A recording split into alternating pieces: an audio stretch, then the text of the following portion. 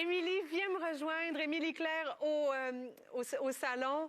Le temps de dire qu'il y a 15 spectacles qui s'en viennent au Québec et ça commence le 29 mars au Lac Brome. Il y aura aussi au mois de juin, 14, 15 et 16, spectacles à New York au Birdland. Ah oui, Birdland. Bien sûr. Décidément, tout tourne autour des oiseaux. Oui. C'est une mythique salle de spectacle pour le jazz à New York. Émilie Claire, bonjour. Bonjour. Spark Bird. Spark Bird. Qu'est-ce que ça veut dire? Spark Bird, c'est un terme du monde des ornithologues. Oui. Et le Spark Bird, c'est l'oiseau spécifique qui allume ton passion, ton intérêt pour les oiseaux. Ça, c'est une Spark Bird. C'est ça. Ça sera Oui. l'étincelle dans le monde de l'ornithologie. Exactement. Émilie Claire, tu es née à Toronto? Oui, je suis née à Toronto. Oui. Je suis anglophone, mais francophile. Tu es francophile. C'est important pour toi de venir nous voir au Québec, Oui. de chanter en français, de parler en français. Oui. Qui t'a transmis ça? Ça vient de qui? Oh, c'est vraiment ma mère. Ma mère, elle est francophile et pour toute sa vie, elle essaie d'apprendre la langue française et elle a une passion pour toutes les choses françaises. Et j'ai commencé de faire des tournées ici au Québec en 2007-2008. Et j'ai voulu communiquer avec mon public. J'ai voulu aussi chanter des chansons dans les autres langues. Et ça, pour moi, oui, c'est vraiment important. Ouais. Sur Spark Bird, il y aura des chansons dans 4 langues. Oui, Spark Bird, il a des chansons dans 4 langues, un peu de portugaise, un peu brésilienne, un peu d'espagnol, une chanson en français et en anglais aussi. Et c'est une collection des chansons des oiseaux. J'ai trouvé mon propre Spark Bird quand j'étais au Mexique. Ah oui. Et je pense que les oiseaux... Quand j'ai trouvé... Mon Spark Bird, c'est une Yellow-winged cacique. C'est un oiseau noir et avec les ailes jaunes. OK. Et c'est tellement beau et tellement drôle aussi avec un crest sur la tête.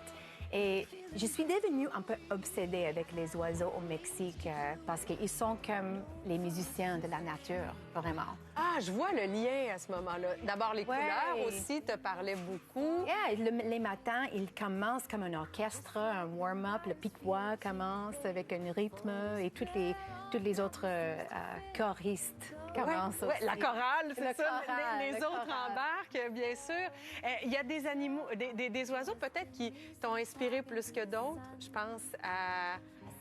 Oui, mais l'idée pour l'album, parce que je suis devenue, comme j'ai dit, un peu obsédée avec les oiseaux, et j'ai pensé, peut-être que je peux faire un album avec toutes les chansons inspirées par les oiseaux.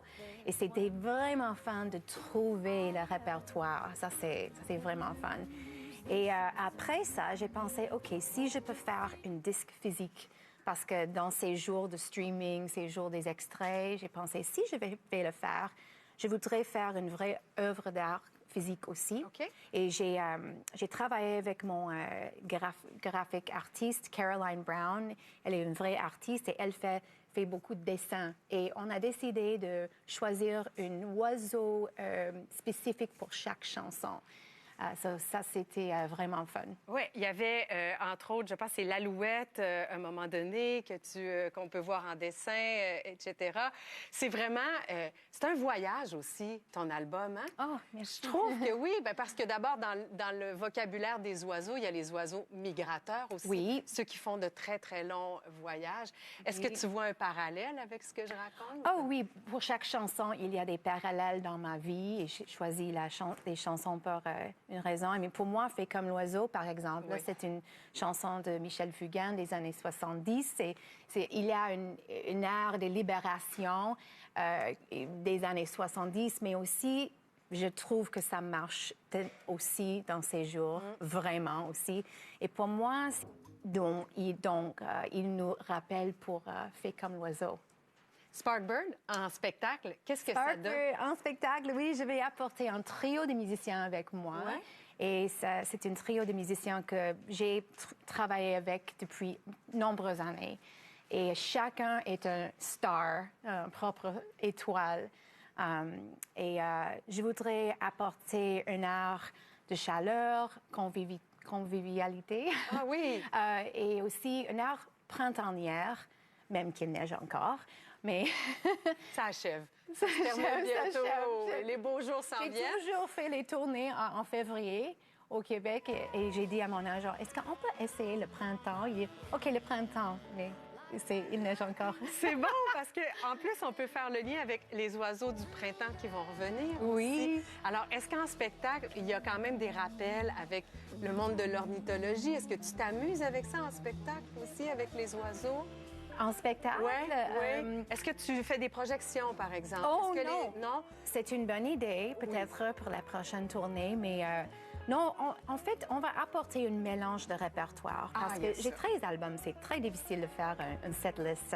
Je voudrais jouer toutes les chansons que le public veut écouter, mes favorites, et aussi des chansons de Sparkbird. Ouais. Yeah.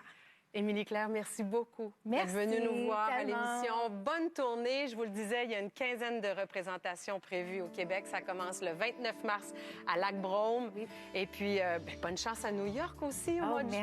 Merci. Tu reviens quand tu veux. Hein? Ta musique est formidable.